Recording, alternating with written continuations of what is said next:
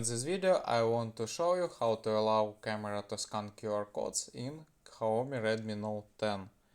First you need to open your camera app on your device. Then click on the three lines on the top right corner, and here we must select setting icon.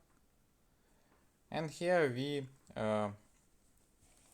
have scan QR codes. We can turn on it, or you don't have this option here, you can click on the smart device section and go to this section, and there you can turn on scan QR codes on XIAOMI Redmi Note 10.